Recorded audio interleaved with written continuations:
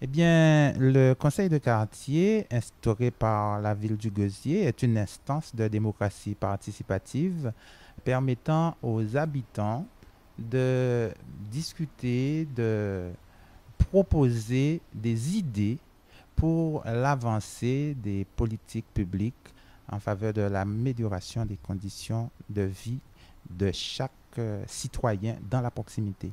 Donc la ville a été en quelque sorte pionnière en la matière sur le plan départemental et ça fonctionne très bien. Chaque habitant est, est un potentiel en quelque sorte de suggestion, de proposition pour la grande concertation qui encadre les projets de la ville du Gosier.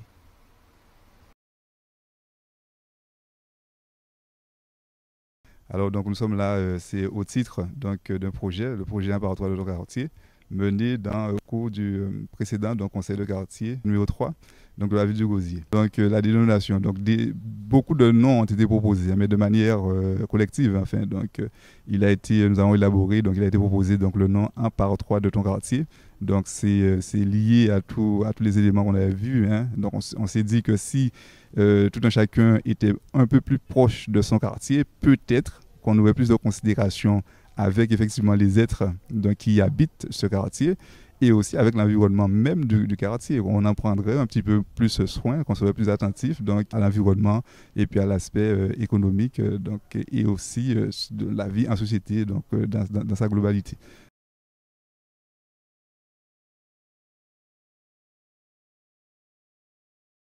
Les missions d'un conseiller de quartier ont également été modifiées. On a tenu compte en fait des observations faites par les anciens membres des conseils de quartier et par l'organisation de la ville. Donc désormais, ce qu'on va demander à un conseiller de quartier, ça sera de faire part de son expérience d'usage, de son expérience d'habitant au sein du conseil de quartier.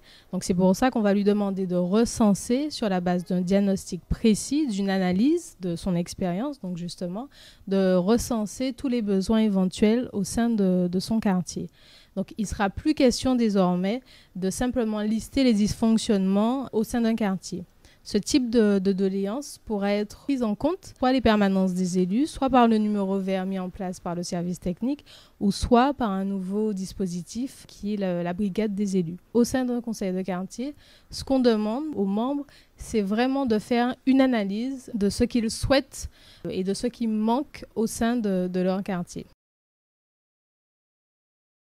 Il y a des projets qu'on peut porter donc, à l'échelle de l'association, donc l'animation dans la proximité donc, du territoire. Il y a des projets qui peuvent aller sur la vie en société, donc l'aspect plus social. Donc à ce moment-là, effectivement, il faut passer par la force publique et par une organisation paramunicipale, on va dire, paraterritoriale. Donc c'est pour cela que cela se justifie. C'est un milieu, c'est un contexte particulier en ce sens effectivement que là, vous êtes sur une échelle donc un peu plus importante, vous avez des sensibilités qui sont différentes, enfin des points de vue de prise d'association qui peuvent être de prime abord divergents et puis donc, c'est là où c'est intéressant de se confronter et d'échanger, d'argumenter pour pouvoir donc se mettre d'accord sur l'essentiel.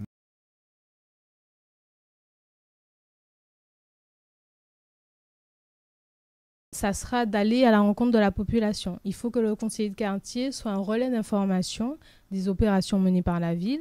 Et donc, on va lui demander effectivement d'aller à la rencontre de la population. Il pourra également mettre en place des débats de l'ordre de l'intérêt général. Ce qu'on demande également à un conseiller de quartier, ça sera de faire des propositions, donc des propositions de projets, soit sur son quartier directement ou soit sur un projet qui concerne la ville.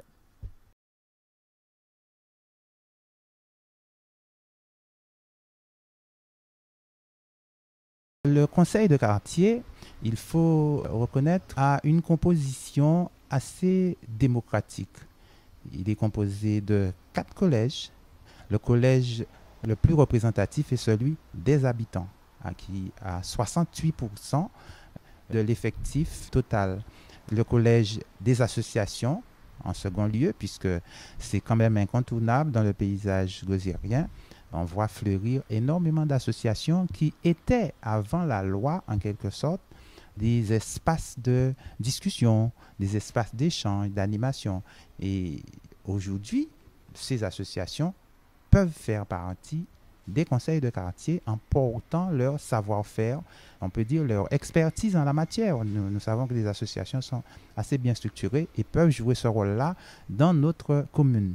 Nous avons aussi des socioprofessionnels qui peuvent aussi porter leur expérience de gestion, de vision du développement. Ce serait intéressant aussi qu'ils contribuent à la réflexion autour des informations qui s'imposent sur les projets de la ville.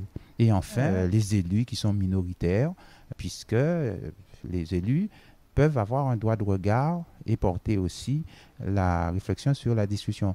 Mais les élus sont minoritaires, ils ont d'autres espaces pour s'exprimer. Il y a des projets qu'on peut porter donc, à l'échelle de l'association, donc l'animation dans la proximité donc, du territoire. Il y a des projets qui peuvent aller sur la vie en société, donc l'aspect plus social, donc à ce moment-là, passer par la force publique et par une organisation paramunicipale, on va dire, paraterritoriale. Donc c'est pour cela que se justifie. C'est un milieu, c'est un contexte particulier en ce sens effectivement que là vous êtes sur une échelle donc un peu plus importante, vous avez des sensibilités qui sont différentes, enfin des points de vue de président d'association qui peuvent être de prime abord divergents, et puis donc, c'est là où c'est intéressant de se confronter et d'échanger, d'argumenter pour pouvoir donc se mettre d'accord sur l'essentiel.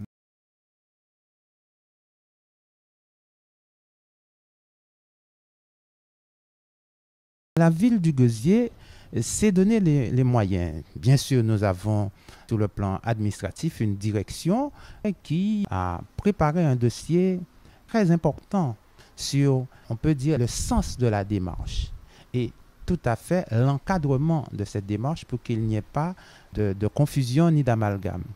La ville s'engage à former des conseillers de quartier, leur donner une formation en termes de communication, savoir s'exprimer, préparer, mener une réunion.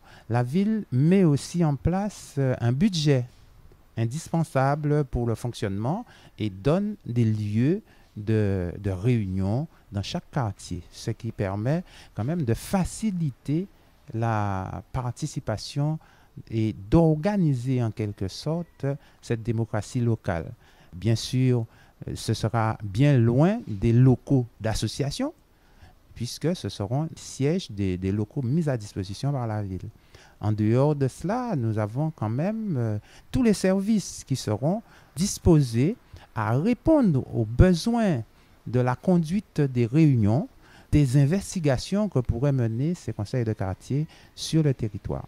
Donc c'est quand même un atout de faciliter en quelque sorte la réflexion, l'information, la concertation nécessaires pour accompagner la ville dans ses implications d'action publique.